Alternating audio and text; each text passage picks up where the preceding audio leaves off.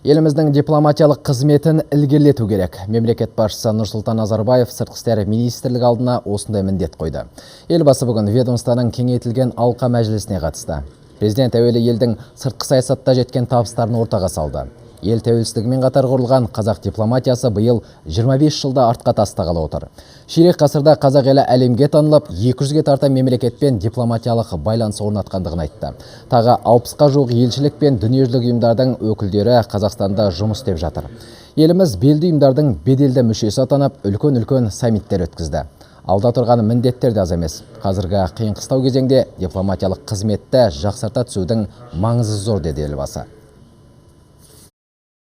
Осы жылдардың ішінде сізбен біздер ең алғашқы буын ретінде Қазақстанның тәуелсіздігін орнатуға атсалыстық. Істелген істер, жасалған жұмыстар, сыртқы саясатты іске асыруда сіздердің қосқан үлестеріңіз зор. Мен оны білемін.